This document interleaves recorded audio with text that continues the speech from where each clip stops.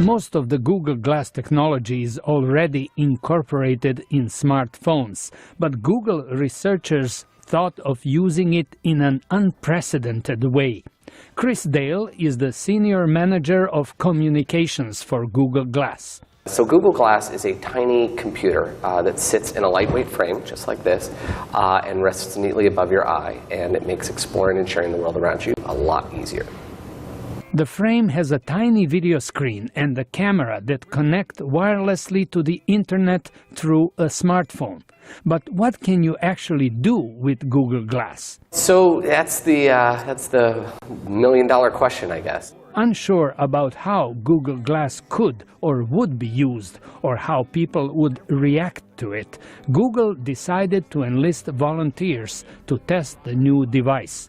The goal was twofold: see what innovative ways people would come up with to use it, and to attract developers to create new apps. We look at glass and wearable computing in general as the next platform in computing.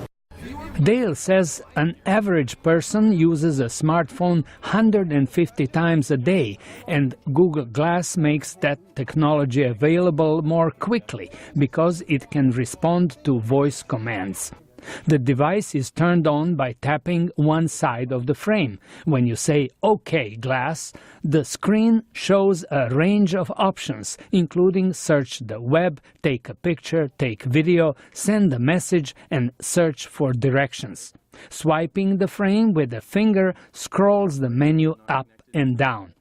Google Glass transmits sound through vibration against the head. It has a medium-resolution camera, about 5 megapixels, and the projected image is like watching an iPhone screen.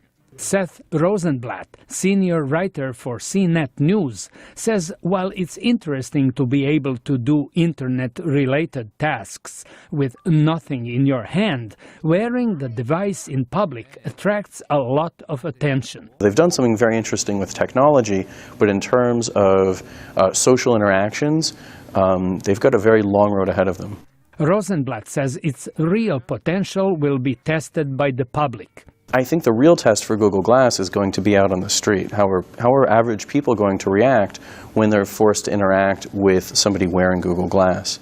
Google says it is still testing the wearable computer, which runs on Google's Android operating system and is expected to be available by early next year. George Putich, VOA News, Washington.